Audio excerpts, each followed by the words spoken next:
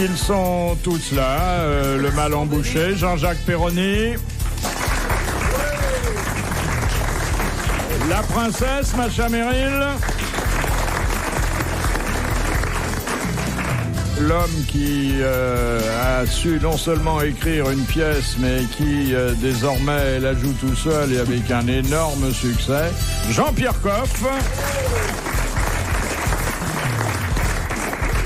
Et celui qui n'a jamais voulu faire de théâtre parce que le cinéma c'est plus facile et ça permet de faire la sieste le dimanche. Jean-Yann. C'est vrai. Je ne désespère pas, un jour je vais t'amener au théâtre. Je peux aller en voir une si tu veux. Mais il serait formidable au théâtre. Formidable. Et tu t'amuserais comme un fou en plus. Ah ouais. Si je pourrais faire un truc que je ferais bien, c'est le bel indifférent. Parce qu'on est couché sur un lit et c'est la gonzesse qui fait tout. Il faut prendre exemple sur Jean-Pierre Coff, parce qu'il a résolu le problème des rappels et du partage de la recette. Il est tout seul. Ah oui? Il y a un bon moment là, sauf que dans les coulisses, ça doit être un peu tristounet, hein? Non, parce que j'ai une très jolie partenaire. C'est une bouteille? Non, c'est une jeune femme, c'est une accordéoniste qui est d'une beauté, d'un cul. J'ai rarement vu un cul pareil. C'est un cul applaudi, c'est rare quand même. Elle joue de l'accordéon et quand elle se tourne, paf, ça part avec des jambes somptueuses. Elle est belle, mais c'est un soleil en scène. Et elle joue de l'accordéon. Et c'est lourd. Mais attends, elle joue de l'accordéon toute nue? Non, elle est très joliment habillée par Cherokee, elle a une robe fendue jusqu'à la cuisse. Et au moins, vous pouvez vous déshabiller devant elle, elle est habituée à avoir des accordéons.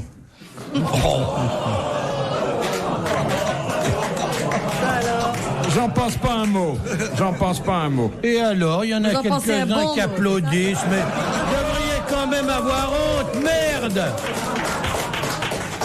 Vous savez que le Viagra ne donne pas toute satisfaction, surtout aux amants empressés. Parce qu'il faut attendre au moins 1 heure pour que se produisent les premiers effets. Pourquoi 3 heures? Même plus que ça. T'as des vieux qui ont besoin de ça, toi? Non, c'est pas ça, mais c'est connu, c'est que c'est terrible, ça. Bon, bref, l'effet, il arrive beaucoup trop tard.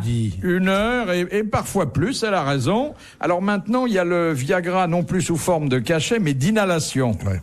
Et là, c'est faut immédiat. La tremper dans du Viagra? Mais non! Vous respirez du Viagra. Et par où? Par le nez? Bah oui. Ah oui, pas par... c'est ce que je pensais, moi. C'est comme les poppers, alors on écrase et puis on respire. Et presque immédiatement, la tension s'établit. Moi, je pensais qu'on la mettait dans un inhalateur pendant un petit moment. Il paraît que ça marche pas en France. Pas beaucoup. Oui. Faut dire que nous avons tous un tel tempérament. C'est ça. Vous connaissez quelqu'un qui a pris du Viagra? Moi pas. Moi j'en ai pris. Oui, mais vous c'était à titre expérimental. Ah oui, mais n'empêche que j'ai dormi. Oui. Expérimental ou pas, je l'ai pas pris dans l'intention de m'endormir. Pas pris comme un somnifère. Moi je suis sorti de la chair depuis des années. À toi aussi. La chair de quoi? C'est tellement mieux. Bah, c'est tellement étonnant. Il y a de la télé quand même, c'est quand même mieux qu'une gonzesse. Hein. Première citation. De qui est ce fabliau? Un mari quelque peu volage, le lendemain de son mariage, tua sa femme à son réveil. Moralité, la nuit porte conseil. Francis Blanche. Non, c'est antérieur. Oh, alors c'est Tristan Bernard. Français, début du siècle. C'est Alphonse Allais. Alphonse Allais, bonne réponse de Macha Merrill. Les grosses têtes dans la nuit des temps. Sur RTL, de 4h à 4h30. Qui a dit, mais que foutait Dieu avant la création? C'est une très grande question. C'est un truc que tout le monde se pose avant le Big Bang. C'est-à-dire que justement, il y a des théories qui disent que puisqu'il y a eu création, c'est que donc Dieu était déterminé, donc il ne peut pas y avoir de Dieu puisqu'il est déterminé. C'est que Dieu n'existe pas parce qu'il y a eu la création. On comprenait déjà pas beaucoup, mais maintenant... je pensais que je me lançais sur une... Est-ce que c'est un... qui n'était pas du niveau ici. Est-ce que c'est un ecclésiastique? Non. Tu peux peut-être faire un livre là-dessus, parce que comme ça, on pourra le lire plusieurs fois, parce que là, j'ai rien compris. Qu'est-ce qu'il a fait, Dieu? Puisqu'il a créé d'une façon précise et déterminée à un moment précis, donc il n'est pas infini, lui, et donc il n'existe pas. Parce que s'il on te demande ce qu'il faisait avant. Ben oui, ça touche. C'est-à-dire que... il faisait des mots croisés ou la lune ou je sais pas. Non, avant d'exister. Alors il faut répondre à ça, nous? Non, que foutait Dieu avant la création de l'homme? C'est pas sa création à il lui. crée autre chose. Il s'est créé lui-même, je sais pas. On sait pas, on n'a qu'un type de création. Nous, on nous cache tout, on nous dit rien. Non mais attends, nous il La faut qu'on preuve, devine c'est que qui vous a n'en dit savez ça. rien, puisqu'il y a des gens qui se posent la question. Alors qu'est-ce qu'il faut qu'on dise, nous? Le nom du mec qui pense comme nous. Voilà. Oui, voilà. L'autre, ce mec-là, tout le monde a dit ça dans sa vie. Qu'est-ce qu'il Non, foutait, parce que celui-là, il l'a dit sous cette forme. Qu'est-ce que foutait Dieu avant la création? C'est moi qui ai dit ça. Moi aussi, j'ai dit ça. On s'est tous dit. C'est un auteur dramatique que vous avez dû rencontrer il y a 20, 30 ans Tchekhov. à Saint-Germain-des-Prés. Dian. Non. Prévert. J'ai pensé longtemps que c'était un Anglais parce qu'il avait un nom à... Ustinov. Non. Je dis toujours Ustinov quand vous ne savez pas quelle nationalité il est. Il avait un nom à consonance anglaise et puis on m'a dit que c'était un Français quand même. En tout cas, il écrivait en français, il avait beaucoup de succès et ses pièces se jouaient dans des théâtres Adamov du quartier latin. Non. Comme nom anglais, je te jure. Pardon.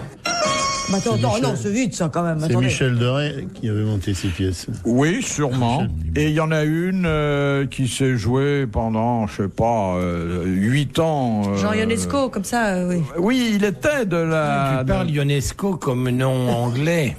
Non. Je te Non, j'ai dit renvoie, là. je te la renvoie. Hein? Beckett. C'était Samuel Beckett. Beckett. Mais il est pas français. Il est pas français? Il est irlandais. Ah oui. Bon, mais enfin, il s'était francisé. Ah non, il est- C'est Jean-Jacques il Perroni est qui a irlandais. répondu et qui Ah a bien Bon, il s'est répondu. pas En foulé, attendant hein, franchement, Godot, Beckett, hein, ça parce s'est que joué pour dire un pendant je truc sais pas pareil. combien de temps. Hein. oui. Alors, à propos d'amour, puisque je sais que c'est ça qui vous passionne le plus, hein, Ah ouais. Ah oui. vous n'êtes pas sorti de la chair. Non, je commence à comprendre un peu. À Oui. comprendre quoi? Qu'il n'y a rien à comprendre? Si. Non, ça commence à m'intéresser, disons, voilà. Mais quoi? La chair. Ah, elle vous a toujours Ça intéressé. m'a toujours intéressé, mais maintenant, de plus en plus. Mais pourquoi? Parce que je suis de plus en plus en forme. Ah, Et que je pense qu'à un certain âge, les femmes de mon âge, je ne vais pas vous faire un cours magistral sur les femmes de 50 ans, Mais si, nous fais-le. sommes de plus en plus appétissantes et de plus en plus appétiteuses. il y a un poète qui a dit que les derniers spasmes étaient les plus beaux, hein. Oh, pourquoi les derniers? Attendez, j'en ai encore pour au moins 3 ans. 8 jours.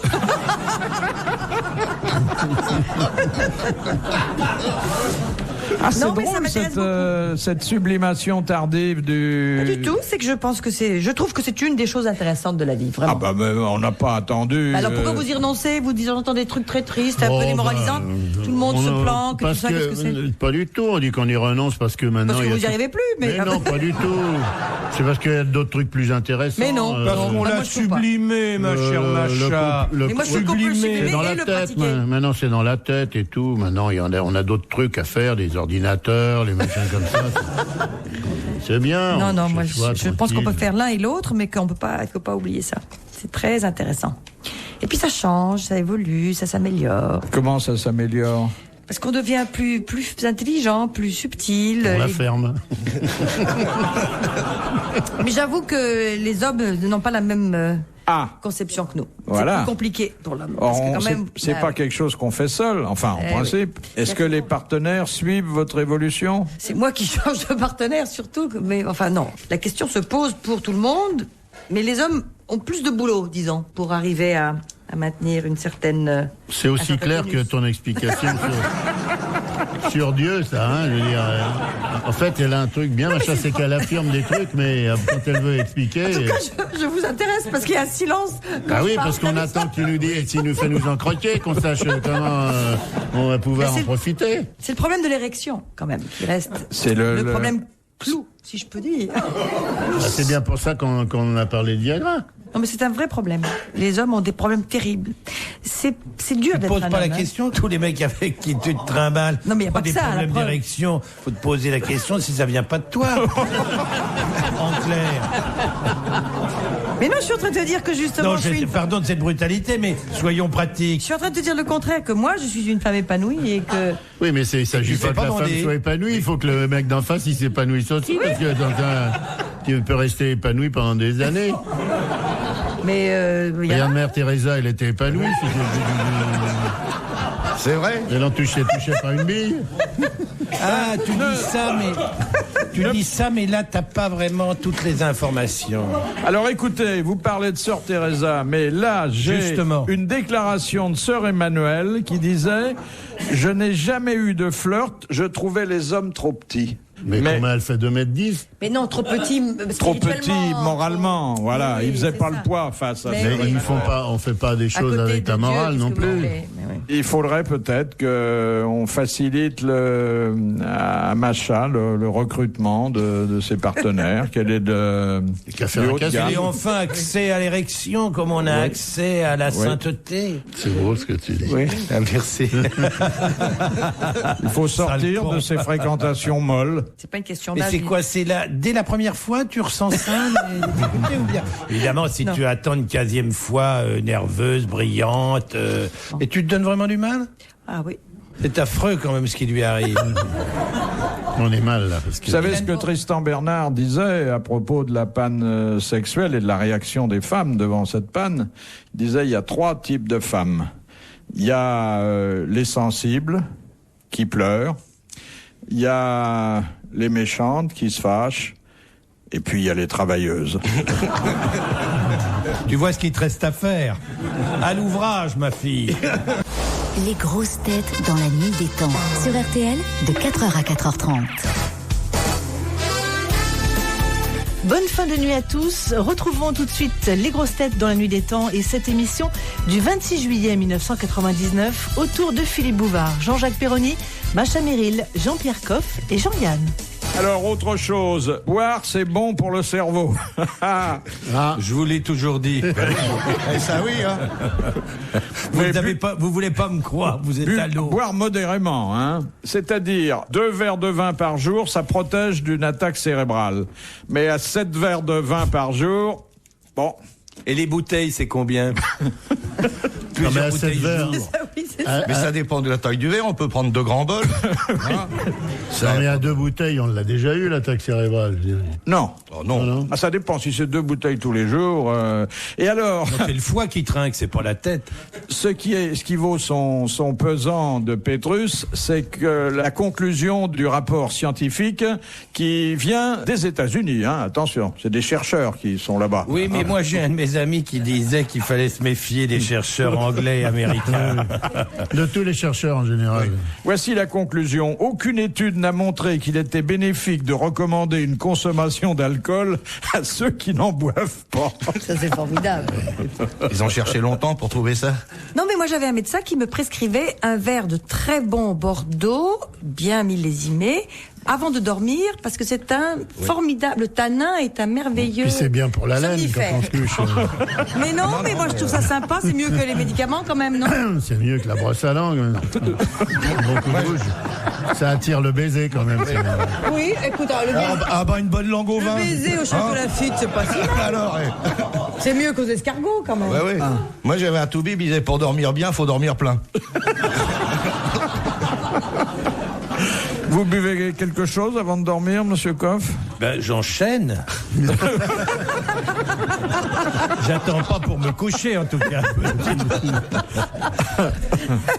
Seul problème quand on boit avant de dormir, c'est qu'on a l'impression de prendre son lit en marche.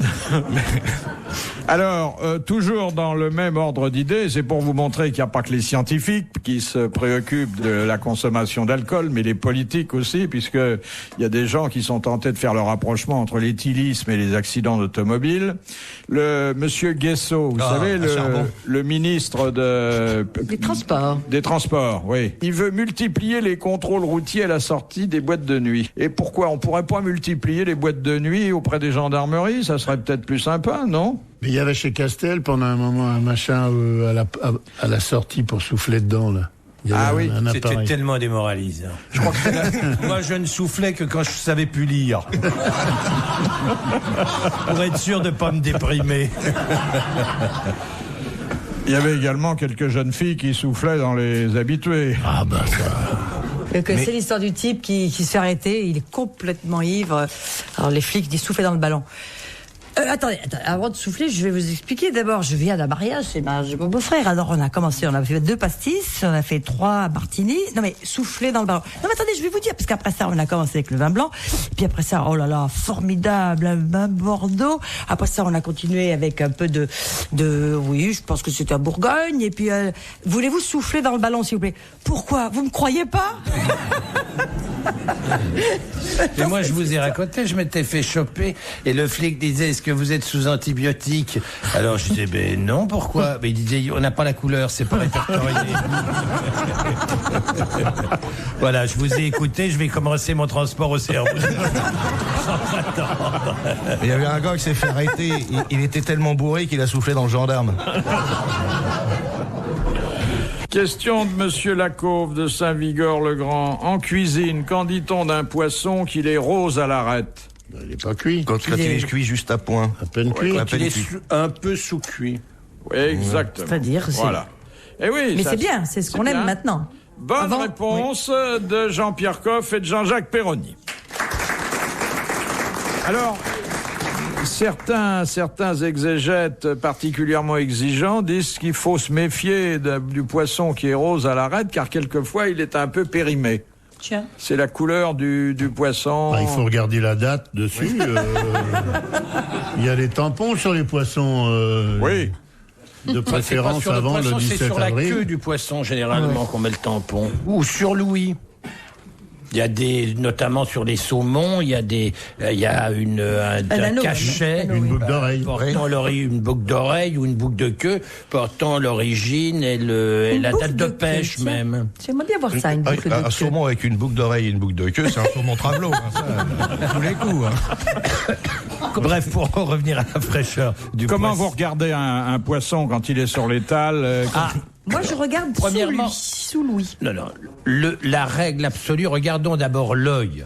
Un œil, il doit être concave, brillant, Et pas vitreux, noir. oui. L'ouïe doit être colorée, la chair ferme, rigide et brillant. Un poisson, comme un légume, comme un morceau de viande, doit te faire envie quand tu le regardes sur l'étal. S'il est terne, passe ton chemin. Mais comme Céline Dion, quoi. Mais peut-être que l'œil du poisson brille quand il vous reconnaît et qu'il voit vous Non, mais approcher. ils mettent de la vaseline par-dessus, quelquefois. Ah, Est-ce bah oui, que, pour faire passer l'anneau du parle blanc. sérieusement Est-ce qu'on parle sérieusement ou dit des conneries? Non, pas quand sérieux. on parle sérieusement, et j'ai oublié de rajouter encore 2 points. L'abdomen doit être plein et l'anus fermé. Voilà les règles absolues de fraîcheur du poisson. L'œil, brillant, convexe, noir, l'ouïe coloré, parce que la coloration de l'ouïe dépend de la variété du poisson. Comment c'est quand l'anus est ouvert? De son espèce. Eh ben, tu as une sorte de liquide jaunasse qui est en train de s'écouler. Puis ça veut sent dire comme qu'il s'il est avait mort pété, quoi. depuis- Ah non, ne parlons même pas de l'odeur, car l'odeur, c'est pas propre au poisson, c'est propre à la poissonnerie. On ne doit rien sentir chez un poissonnier. Si ça sent mauvais quand C'est on la rentre, poissonnière. Si ça sent...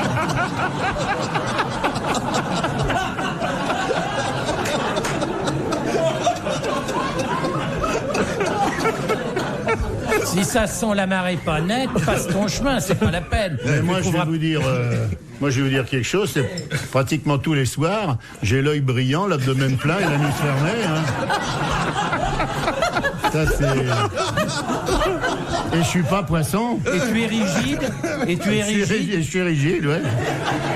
Mais à propos de poisson, il y en a une vieille, là, c'est l'aveugle qui passe devant la poissonnerie, il fait « Salut les filles !»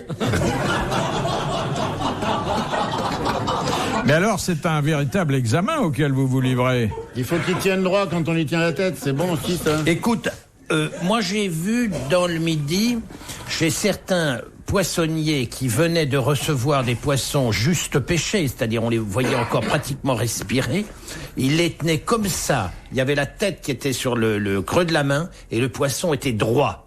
Un poisson, ça tombe pas en brioche, hein, c'est droit, raide, rigide. C'est ça sa qualité essentielle, une vraie rigidité cadavérique. Moi, un jour, Et alors, il faut savoir que certains poissons trop frais ne sont pas comestibles. Une sole, par exemple, il vaut mieux qu'elle ait un jour d'étal plutôt que de la manger dès qu'elle sort de l'eau. Elle sera dure. Il faut qu'il y ait également, sur l'ensemble des poissons d'ailleurs, un léger mucus comme ça, quelque chose que cette matière qui sointe un peu, qui est visqueuse. Ça, c'est un signe également de fraîcheur. Et la raie particulièrement... Il doit avoir l'anus fermé. Le liquide,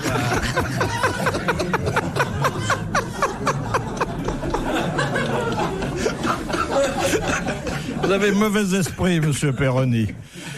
Je présente les excuses de la station à monsieur Coff. Non, mais vous savez, si vous n'avez envie de dire que des saloperies, de parler de trou du cul, excusez-moi, quand je parle du poisson, je parle de son anus. Ici, on ne parle que du trou du cul des humains, de gens qui subissent des turpitudes insensées. Moi, je suis en train...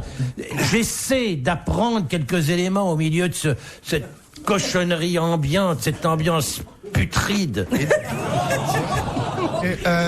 Vous avez dignité quand même. Oui, d'accord, monsieur Coff, c'est consternant, mais on rigole, hein. Retrouvez les grosses têtes de Philippe Bouvard à chaque instant sur RTL.fr.